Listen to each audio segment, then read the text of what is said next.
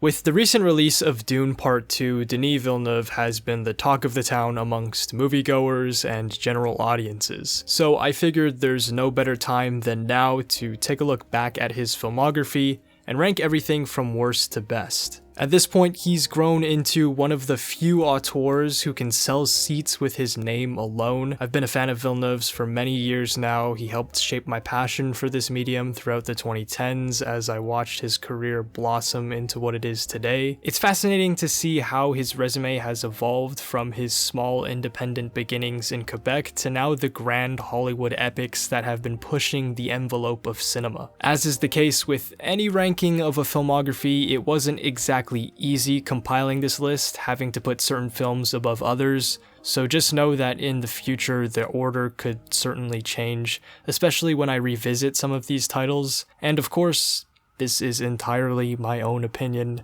and the order is subjective. But without further ado, let's get to it.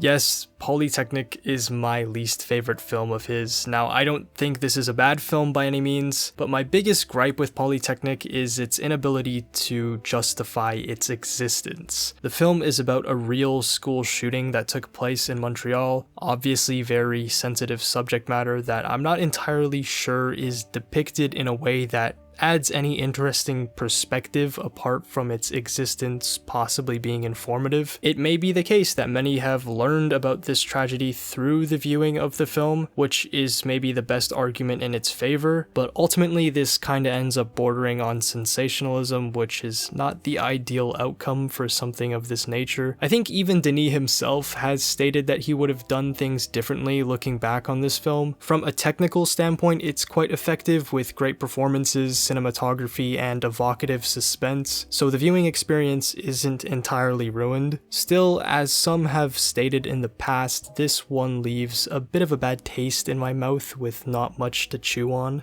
It's not horrible though.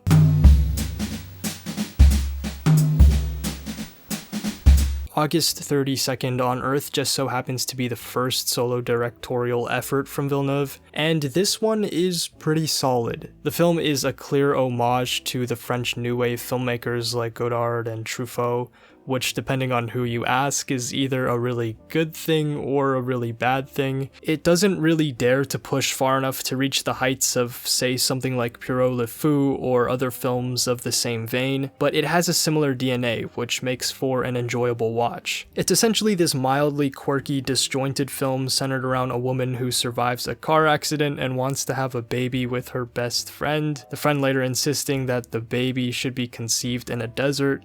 Yeah, somehow the script kinda works in execution, but it definitely has some pacing issues. You can tell Denis is trying to figure out how to piece together a feature-length film for the first time. Honestly, despite this being just under 90 minutes, it probably would have worked better as a short, a criticism that others have also had for this one. Regardless, the performances are solid, the two leads have pretty good chemistry, and there is a genuine effort to make something interesting here.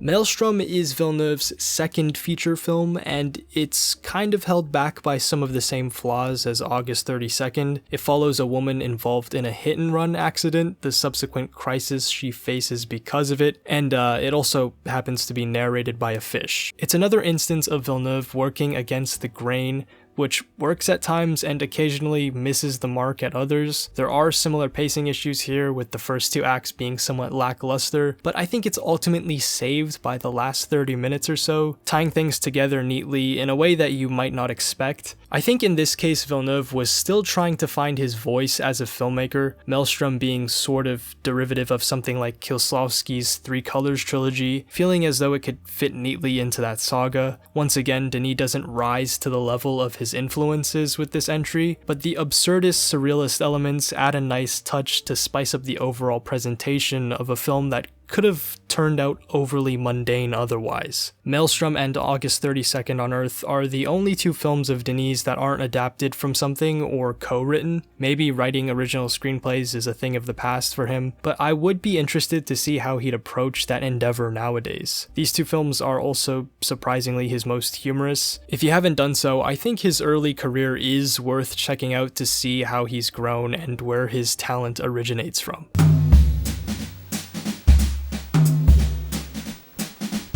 Ah yes, Dune.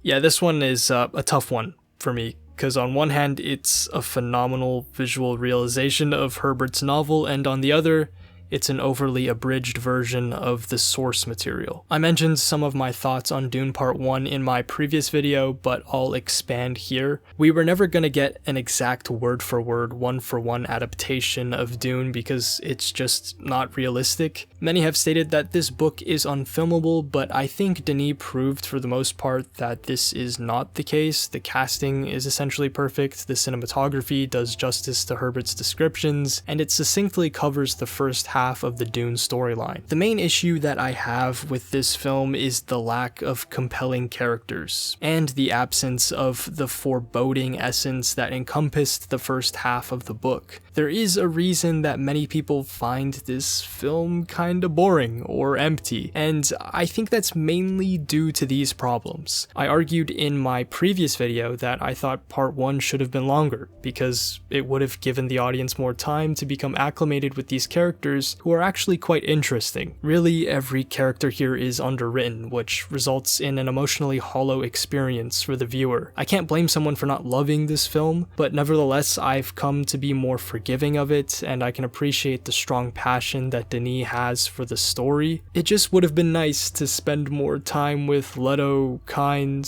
Thufir. I could list every name, but I won't. Denis himself has stated that he is more interested in the visual aspect of filmmaking as opposed to the dialogue, which is a philosophy that somewhat explains why the film turned out the way that it did. The thing is, my personal favorite aspect of Herbert's Dune just so happens to be the dialogue in most cases, so that's why this film is a bit of a letdown. Don't get me wrong, I still like Part 1, and I will likely rewatch it many more times in the future.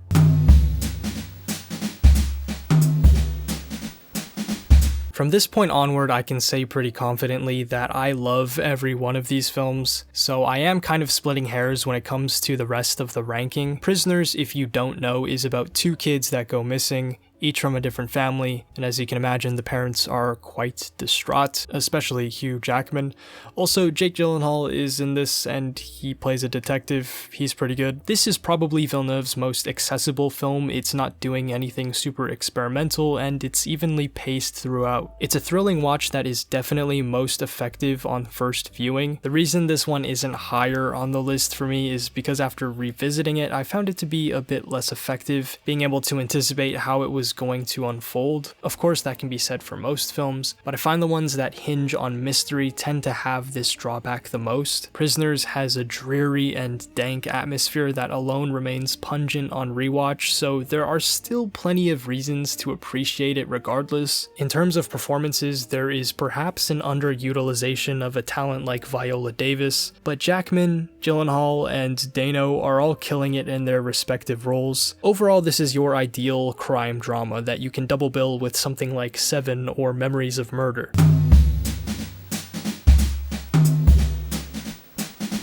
As we can see in Denis' first two films, he clearly has an interest in that art house, disjointed type of filmmaking. Enemy is him revisiting that smaller scale, cerebral, dramatic style that I think he nearly perfects in this instance. Unlike Prisoners, this is easily his least accessible work, with some people even outright dismissing this film as vapid or pretentious. I don't agree with this sentiment, as there is, to me, a genuinely compelling allegory within the twisted surrealism. Just because Enemy is a film that most won't fully understand on first watch doesn't mean it's pretentious. I mean, do we really think Denis is that type of artist? He's shown time and time again that he cares about the quality of storytelling in his films, which is enough proof that there is an honest effort behind this one. Maybe Enemy doesn't resonate with you, and I totally get that, but it's one that I've come to appreciate more through the years. Another great collaboration with Gyllenhaal mixed with a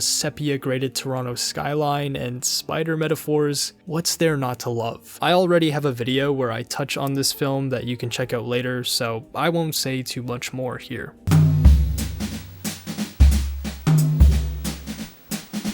Incendie is the film where Villeneuve found his voice. If you haven't seen this one, I highly recommend going into it as blind as possible. It's one of the most bleak and gut-wrenching spots in his filmography. I think his handling of that tonality is what defines him as a director. His ability to time these moments of severity, the slow blade penetrating the shield, is quite analogous with the way he lets a story unfold. Perhaps the use of such tangible world conflicts as a backdrop for these sensationalized narratives is a worthy critique of some of Denis' work, but apart from that, this film is thematically rich and emotionally raw. Incendie was a significant step up from the first few films that he made. I don't have too much else to say because the film speaks for itself in many ways, and I'd prefer not to give anything away.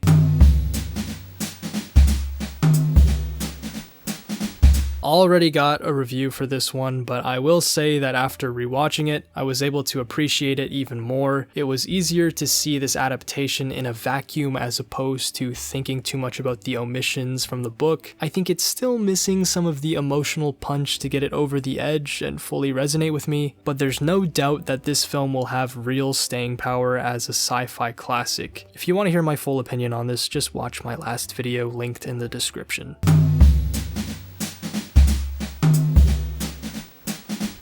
Arrival is probably one of Denis' more optimistic films, although it certainly doesn't shy away from a bit of tragedy. It's basically about some aliens that show up on Earth, and Amy Adams is tasked with trying to figure out why they're here. The film delves into linguistics, geopolitics, determinism, and a whole host of other thematically interesting topics. I think if anything, this is just one of those scripts that is so neatly written, making use of all its ideas pretty harmoniously, even if it doesn't dig far past the surface with each concept. It's one of my favorite performances from Amy Adams. She makes it so easy to get behind her character, immediately reeling you into the unanswered questions posed in the first act of the film. The stakes are high, but everything always feels grounded in reality. It's one of the best alien, air quotes, invasion movies I've ever seen. I love the way it intermingles its thesis of language with time, and the way it sort of tricks the audience on a meta level. Arrival always felt like an answer to the waves Nolan has made in sci-fi, with Denis showing that he can have fun with these time-related concepts as well. The film is stylistically minimalist, but in a good way. The simplicity of the production design allows for the indescribably unique-looking aliens to stand out. Also, to me, this is the definitive use of Max Richter's On the Nature of Daylight, even though it wasn't the first film to use it.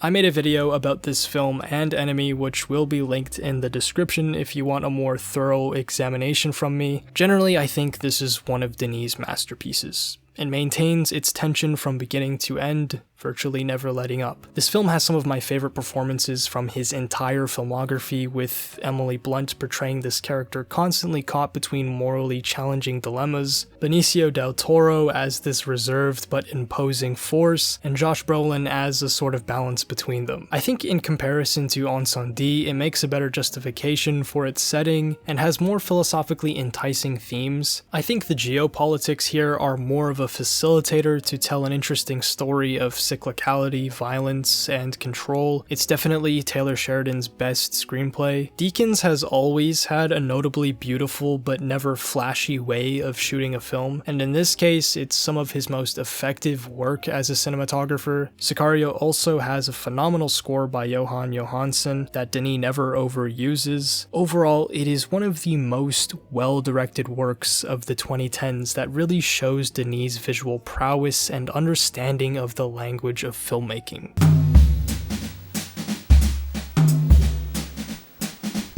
The genre-defining groundwork that Ridley Scott laid in his 1982 film Blade Runner is somehow further built upon in Villeneuve's sequel. It's usually pretty hard to justify sequels to classic films, but in some ways, I prefer 2049 to Ridley's original. The question of what it is to be human is seldom explored with the level of intrigue found in these two Blade Runner films. Centering the story around manufactured organisms designed to replicate our species, 2049 is both saddening and hopeful at the same time. The themes are never overstepping or preaching, it's always evocative and concise with the questions being posed to the audience. This film is one of Denis' most hypnotic and patient works, with another monumental Deakins collaboration. The first Blade Runner, along with this one, is some of the technically best helmed filmmaking I've ever seen. On top of that, you have a brilliant performance from Ryan Gosling, who portrays this cold and stoic replicant slowly coming to terms with his reality. When it comes to science fiction, Denis is going to be remembered as one of the greatest to ever do it. Overall, the reason this film makes the #1 spot is simply because it resonates with me the most, and it's his most philosophically intriguing. 2049 is very subtle, and its characters are more complex than you'd think at first glance, which is what I love most about both films. You do have to do a bit of work to fully appreciate them. So that's my ranking. Villeneuve is one of my favorite directors. There's always something enticing about his films, and I think every title mentioned in this video is worth a watch. So let me know in the comments what your ranking is and how much you disagree with mine. Also, since you made it to the end of the video, you might as well leave a like, you might as well subscribe, and you can follow me on other platforms linked in the description below. But yeah, thanks for watching.